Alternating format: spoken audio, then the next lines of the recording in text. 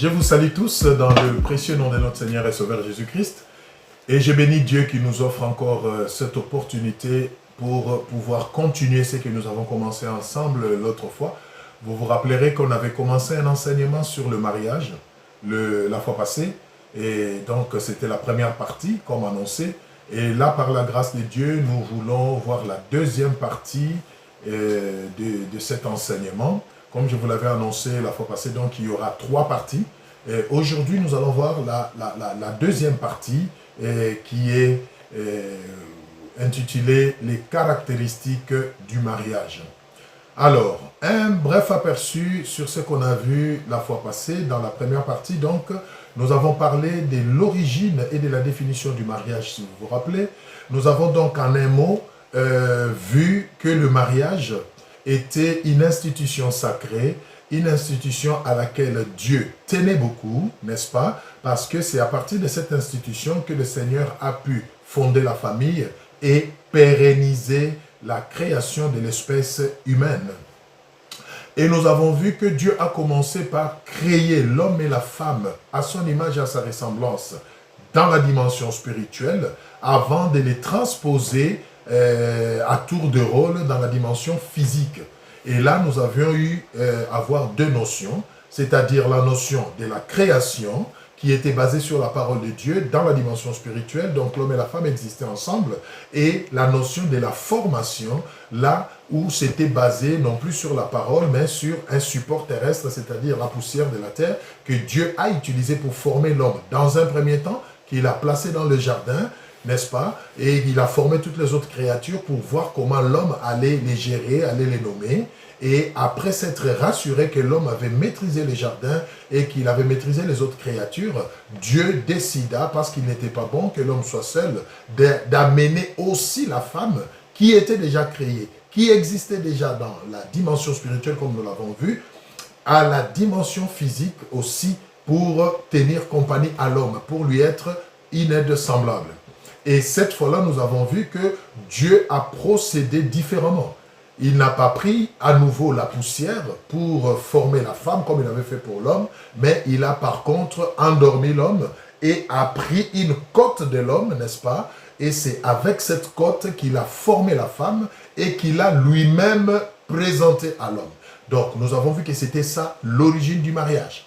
Vous voyez? Et Dieu les a bénis pour qu'ils soient féconds, pour qu'ils puissent multiplier et remplir la terre comme on avait vu déjà dans la dimension spirituelle.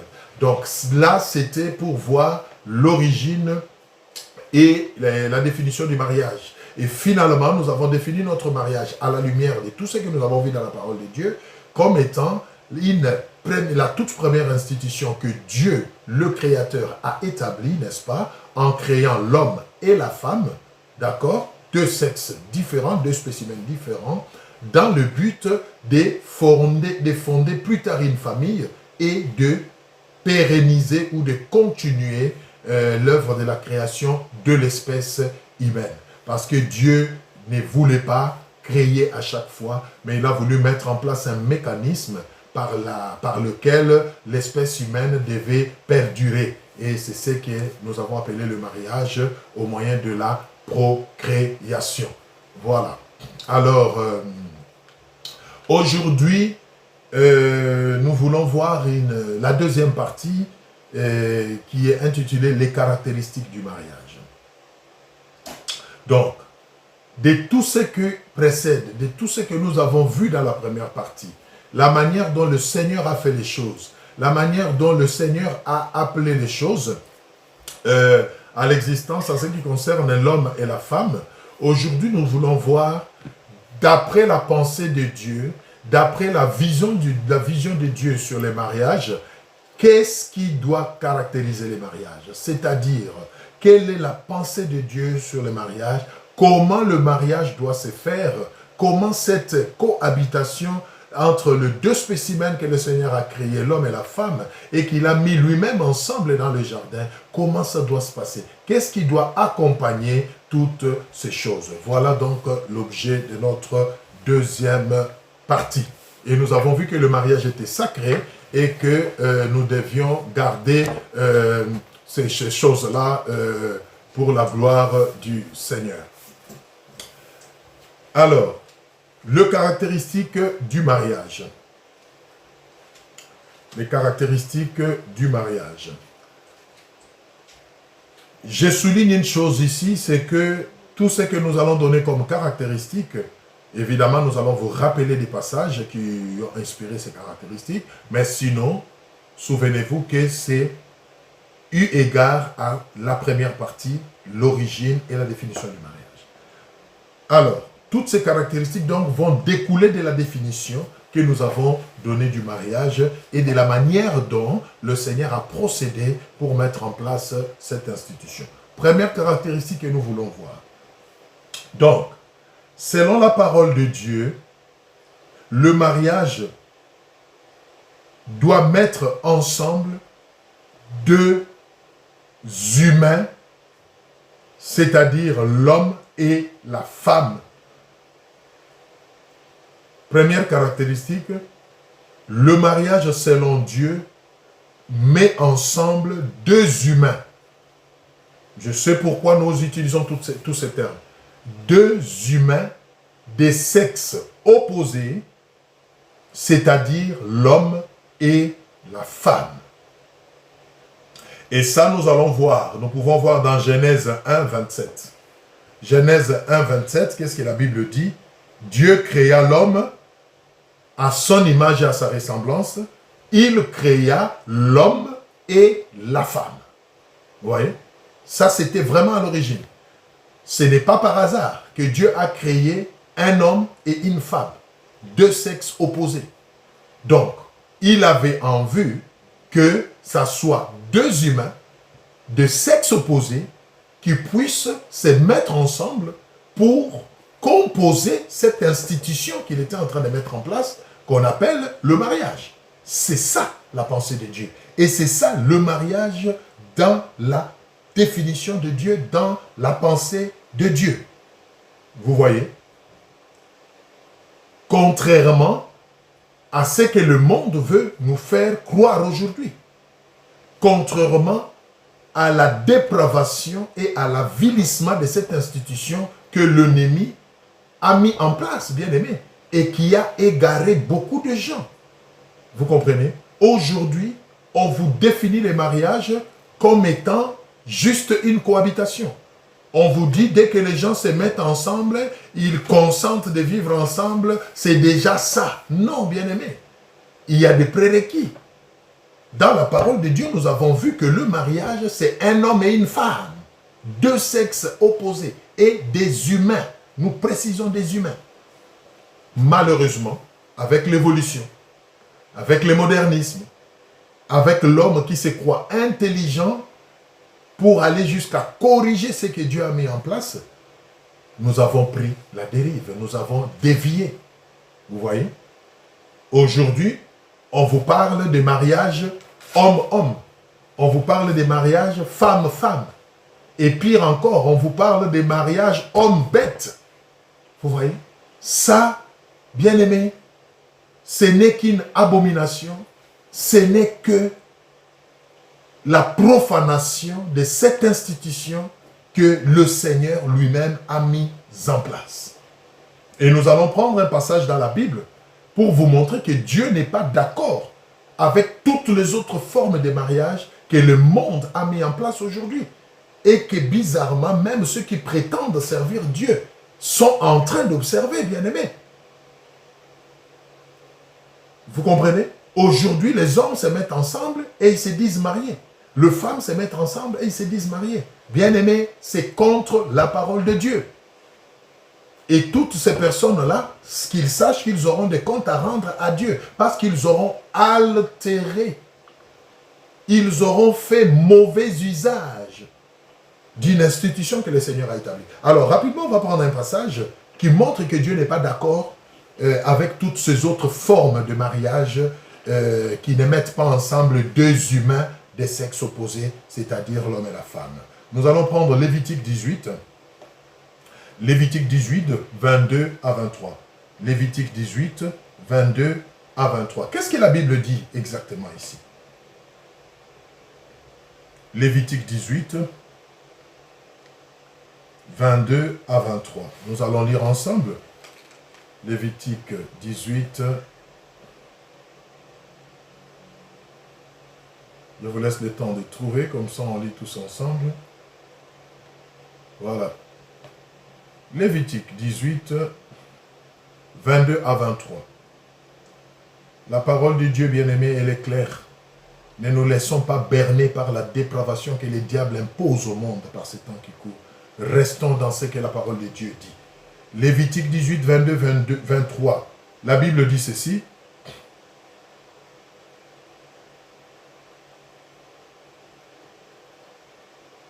Écoutez ce que la parole de Dieu dit.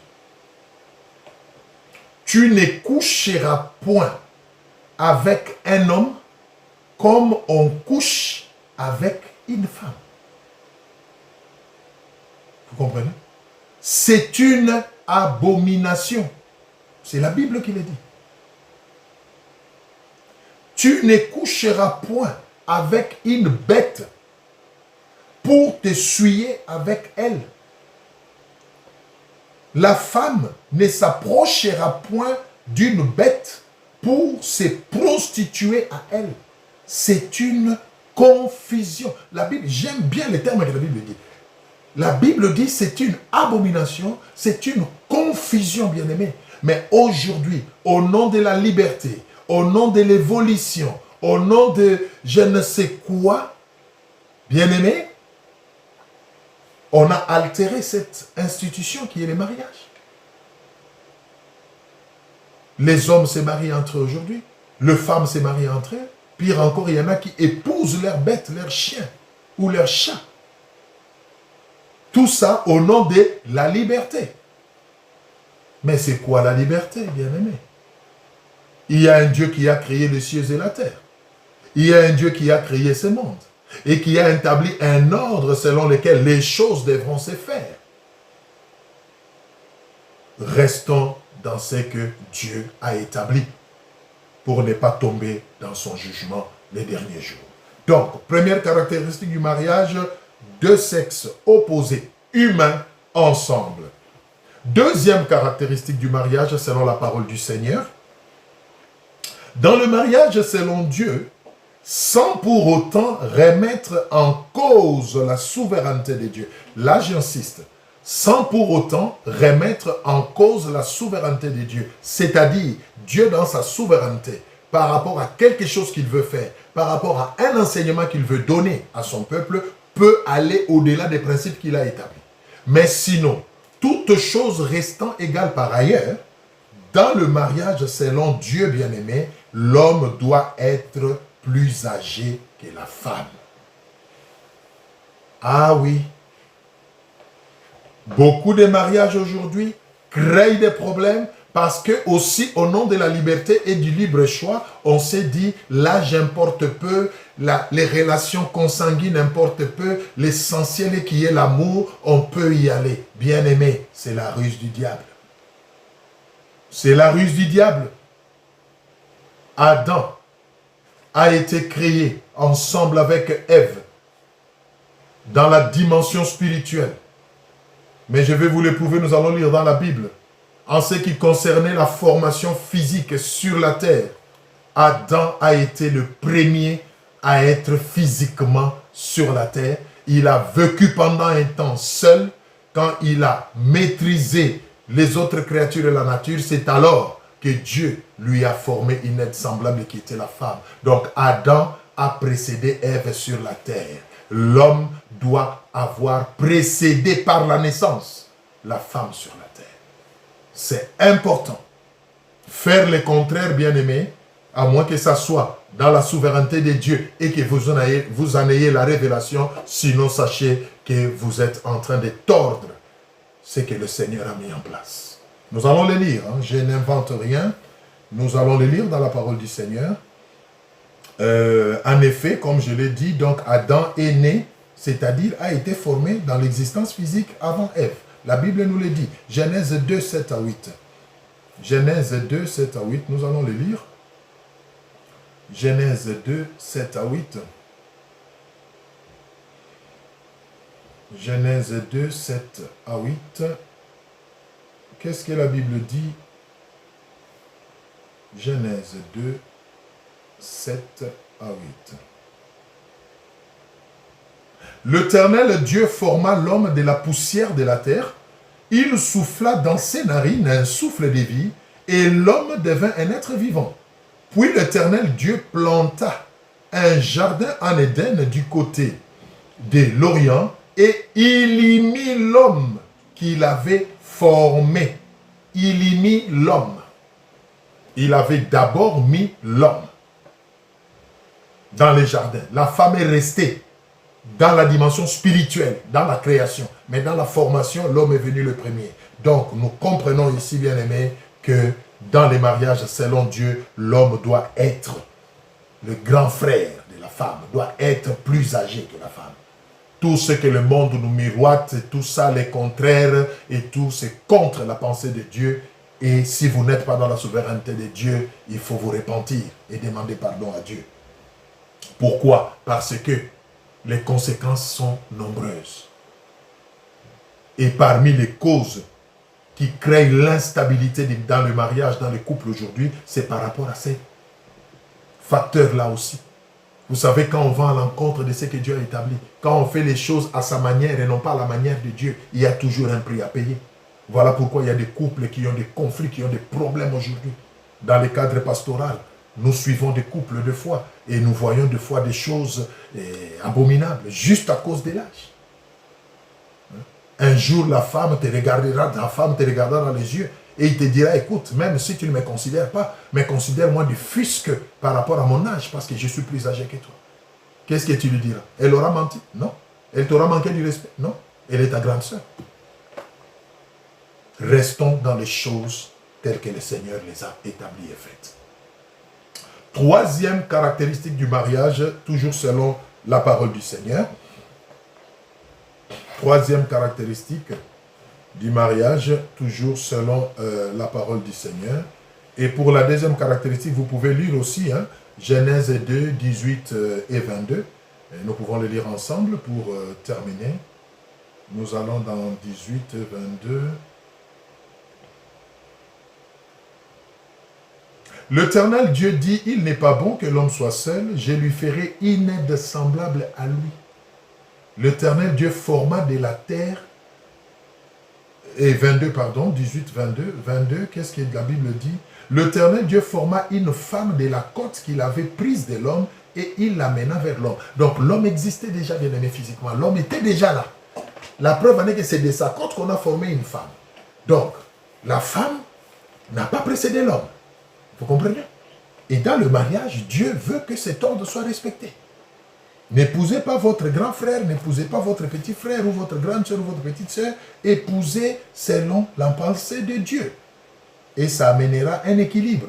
Et l'ennemi n'aura pas quoi redire sur votre couple.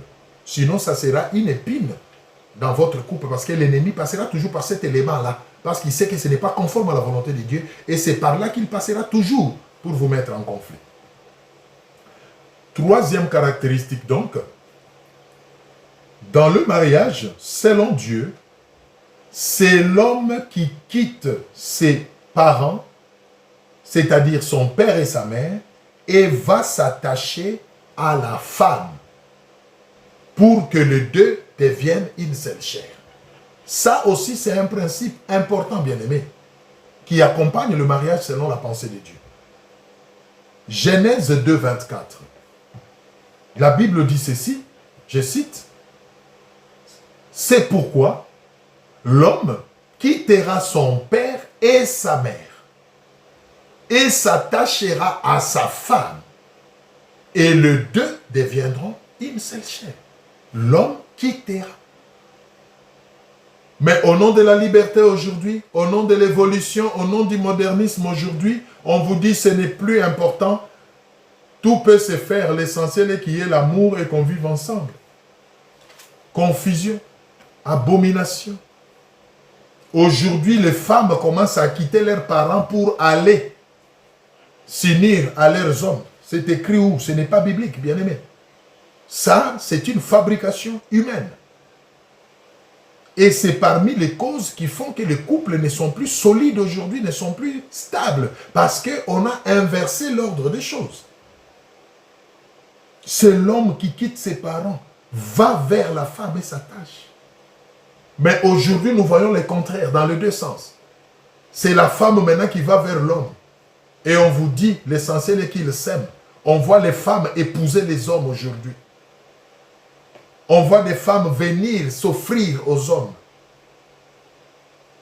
On voit des jeunes filles quitter la maison des parents. J'en ai marre, je me casse. Il prend ses histoires, il va quelque part, il commence à cohabiter avec un homme et ils vivent. Ils appellent ça mariage. Abomination, confusion. Et de la même manière, nous voyons les hommes, au lieu de quitter pour aller prendre leurs femmes et s'unir à eux, non. Ils vont, ils prennent des femmes et ils les ramènent vers le parent pour vivre avec eux ensemble. Là aussi, c'est une confusion. Restons dans ce que le Seigneur exige. L'homme doit s'élever et aller vers la femme. Ce n'est pas la femme qui vient vers l'homme. Nous nous aimons, c'est l'essentiel. Je viens habiter avec toi, chérie. Et tu prends tes histoires, tu quittes la maison de tes parents, toi et une femme, tu vas cohabiter avec eux. Ce n'est pas biblique, ce n'est pas un mariage, ça. Vous êtes dans la confusion. Répentez-vous. Quatrième caractéristique du mariage. Dans le mariage, selon la parole de Dieu, bien-aimé, chacun a des droits et des devoirs. En d'autres termes, des droits et des obligations. Ça aussi, c'est très important. Le Seigneur n'a pas par hasard créé les deux spécimens en ce qui concerne le sexe. L'homme et la femme. Et à chacun, Dieu a confié une tâche, une mission, des rôles précis à jouer dans cette institution qui est le mariage pour qu'il y ait équilibre et que les choses marchent et glorifient son nom. C'est très important de comprendre ça aussi. Parce que beaucoup de cas aujourd'hui dans les mariages se posent tout simplement parce que chacun ne connaît pas ses limites. On ne sait pas ce que l'homme est censé faire, ce que la femme est censée faire. Et quand il y a confusion et cacophonie, l'ennemi, le destructeur, le voleur, le tueur en profitent pour venir s'aimer sa sémence. C'est très important, bien-aimé. Nous allons prendre la parole de Dieu. Dans Colossiens 3, 18 à 21, par exemple. Qu'est-ce que la Bible dit? Colossiens 3, 18 à 21. Je vous laisse trouver. Colossiens 3, 18 à 21. Qu'est-ce que la Bible dit? Colossiens 3. Alors, la Bible dit ceci. Nous servons un Dieu d'ordre et tout ce qu'il établit, il veut que ça se fasse selon l'ordre qu'il a établi aussi. Colossiens 3, 18 à 21. La Bible dit ceci, je lis au nom du Seigneur. Femmes, soyez soumises à vos maris, comme il convient dans le Seigneur. Maris, aimez vos femmes et ne vous aigrissez pas contre elles. Enfants, obéissez en toutes choses à vos parents, car cela est agréable dans le Seigneur. Père, n'irritez pas vos enfants de peur qu'ils ne se découragent. On peut s'arrêter là. Ouais. Dieu établit un ordre dans les mariages. Chacun a ses limites, chacun a ses responsabilités. Et quand cela est respecté, bien-aimé, il y a l'équilibre, il y a la gloire de Dieu, il y a l'avancement et l'épanouissement. C'est très important. La Bible dit, femme, soyez soumises à vos maris en toutes choses. Et maris, aimez vos femmes. Donc l'homme doit aimer sa femme et en retour, la femme doit être soumise. Quand chacun se met dans cette posture dans les mariages, les choses marchent. Mais aujourd'hui, toujours au nom de la liberté, au nom du modernisme, les choses ont changé. Il y a des femmes qui aiment leur mari aujourd'hui et les hommes qui sont soumis à leur femme. Vous conviendrez avec moi que c'est l'inverse. Ce n'est pas ce que Dieu a dit. Oui. Prenons un autre passage. Nous restons toujours dans Colossiens 3. Prenons du 23e verset au 24e verset. Qu'est-ce que la Bible nous enseigne encore là-bas? Tout ce que vous faites, faites-le de bon cœur, comme pour le Seigneur et non pour des hommes, sachant que vous recevrez du Seigneur l'héritage pour récompense, servez Christ, le Seigneur. Ouais. Tout ce que nous faisons, faisons-le pour le Seigneur. Dieu te demande, Marie, d'aimer la femme, aime-la, respecte-la, honore-la. Femme, on te demande d'être soumise, joue ton rôle. N'inversez pas les choses. Sinon, le Seigneur ne sera plus avec vous. 1 Corinthiens 7, 3 à 5. Nous sommes toujours dans la 4e caractéristique. 1 Corinthiens 7, 3 à 5. 1 Corinthiens 7, 3 à 5. 1 Corinthiens 7,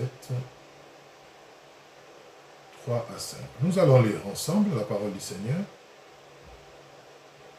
1 Corinthiens 7, 3 à 5. La Bible dit ceci.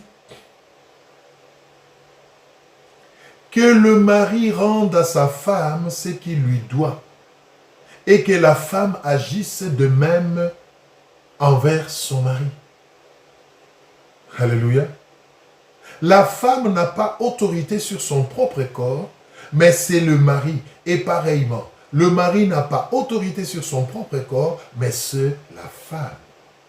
Ne vous privez point l'un de l'autre si ce n'est d'un commun accord pour un temps, afin de vaquer à la prière, puis retournez ensemble de peur que Satan ne vous tente par votre incontinence. Voilà l'ordre que le Seigneur a établi. L'homme ne s'appartient pas à lui-même. La femme ne s'appartient pas à lui-même. Mais l'un appartient à l'autre et vice-versa. Quand on comprend ça, quand on se laisse faire par ces principes, les choses marchent. Vous voyez? Mais toujours au nom de l'épanouissement, au nom de la parité, au nom de l'égalité des sexes. Bien aimé, l'égalité des sexes n'est pas une notion divine. C'est humain, c'est mondain. Dieu n'a pas fait les choses comme ça. Et en voulant transformer les choses, voilà le résultat que nous déplorons aujourd'hui. Combien de couples vivent heureux aujourd'hui?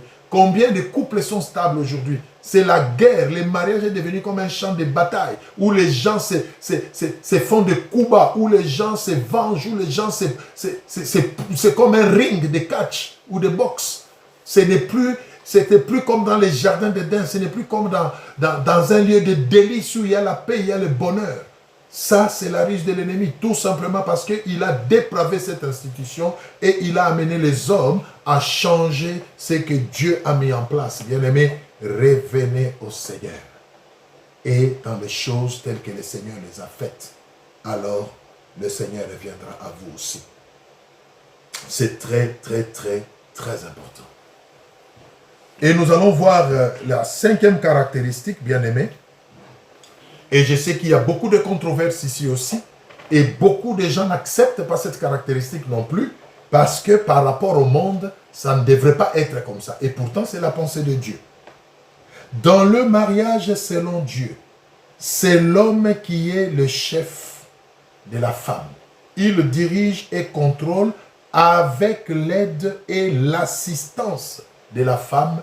Souvenez-vous, dans Genèse 2, 18, la Bible dit il n'est pas bon que l'homme soit seul, je lui ferai une aide semblable. La femme est l'aide de l'homme.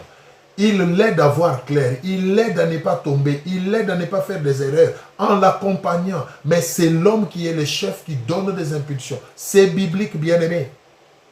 Ça aussi, c'est une notion qui ne passera pas aujourd'hui avec la liberté du choix, avec le modernisme et tout.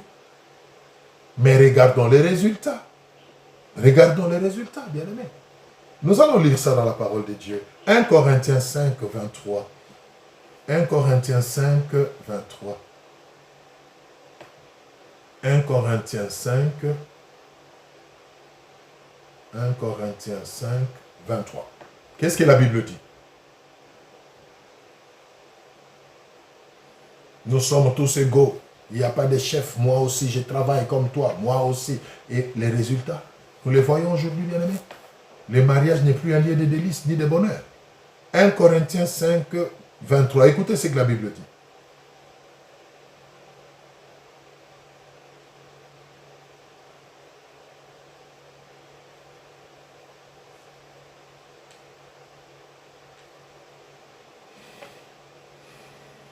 Gloire au Seigneur.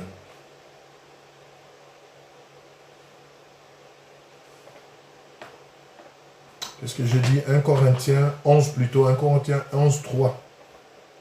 1 Corinthiens 11, 3. La Bible dit ceci.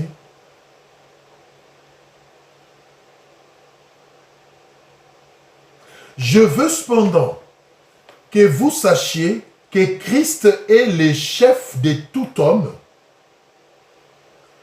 que l'homme est le chef de la femme, c'est la Bible, hein, c'est pas moi, je n'invente rien, que l'homme est le chef de la femme et que Dieu est le chef de Christ. Alléluia. C'est très important ça. Et c'est la Bible qui le dit, bien-aimé. Je veux que vous le sachiez, que Christ est le chef de l'homme et l'homme est le chef de la femme. C'est biblique. Et la femme est l'aide de l'homme. Donc, il l'assiste, il l'aide, il l'accompagne. Mais aujourd'hui, au nom de l'égalité, même dans les couples, on veut être égaux. Et c'est ce qui crée des problèmes. Parce que là, on ne sait plus par qui les choses passent. Et il y a ce que la Bible appelle la confusion. Vous voyez? Et la parole de Dieu dit encore, de même que Christ est le chef de l'Église, l'homme est le chef de la femme. Et de même que Christ s'est sacrifié, s'est donné lui-même pour l'Église, l'homme aussi doit se donner pour la femme. Tout ça, ce sont des vérités qui sont dans la parole de Dieu, que nous écoutons, que nous lisons, mais que nous ne pratiquons pas. Et voilà pourquoi le mariage est profané aujourd'hui, bien-aimé. Voilà pourquoi le mariage est profané aujourd'hui. Revenons dans les choses telles que Dieu les a prévues. Et faisons les choses telles que Dieu les a prévues. C'est alors que nous verrons sa gloire. C'est alors que nous vivrons des mariages heureux, équilibrés, épanouissants. C'est alors que nos mariages seront des lieux de bonheur. Quand on s'éloigne de Dieu, quand on s'éloigne de ce que le Seigneur a établi, on paye le prix et on devient un terrain propice pour l'ennemi bien-aimé. Voilà de manière vraiment succincte les caractéristiques du mariage. Il y en a légion, mais nous allons nous contenter de ces 5-là parce que nous estimons que c'est fondamental, bien-aimé. Fondamental. Si vous n'avez pas fait les choses telles que le Seigneur les veut, ne vous gênez pas. C'est un Dieu de bonheur, de miséricorde. Humiliez-vous, demandez-lui pardon et demandez sa grâce pour qu'il soit avec vous. Afin que l'ennemi ne continue pas à utiliser toutes ces irrégularités pour réclamer votre mariage. C'est très important. L'homme quittera son père et sa mère, s'attachera et deviendra une seule chair. Mais aujourd'hui, le monde nous a développé plusieurs sortes de mariages. Plusieurs sortes de vies d'ensemble, des vies conjugales. Et le mariage n'est plus honoré. Les gens cohabitent ensemble et des années commencent à faire des enfants. Et le monde les console en leur donnant même des statuts. Et ils se consolent en se disant, légalement nous sommes reconnus, notre statut est reconnu. Mais est-ce que le ciel vous reconnaît? Si vous n'êtes pas marié selon la pensée de Dieu, régularisez votre situation. La cohabitation libre, parce qu'on s'aime, ça ne vient pas de Dieu. Dieu veut que les gens se marient et restent attachés selon sa pensée.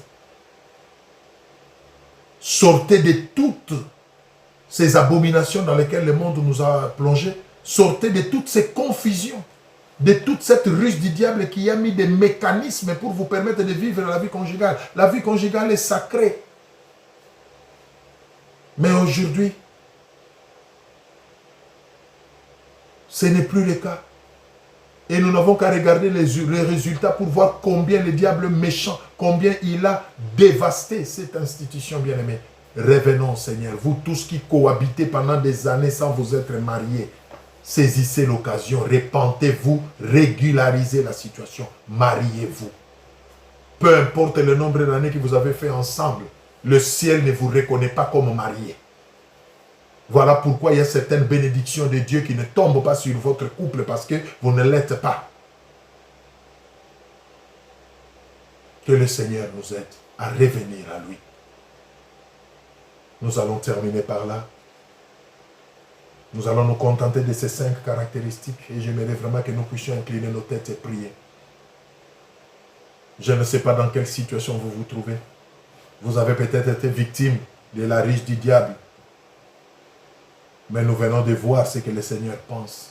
Prenez la décision, bien-aimé, de sortir. Vous qui êtes dans des mariages homme-homme, des mariages femme-femme, bien-aimé, ce n'est pas biblique. Ce n'est pas de Dieu. Le Seigneur vous demandera des comptes. Vous qui épousez, soi-disant la nature, ou vos animaux, ce n'est pas de Dieu. Nous venons de le lire dans Lévitique 18. Revenez au Seigneur.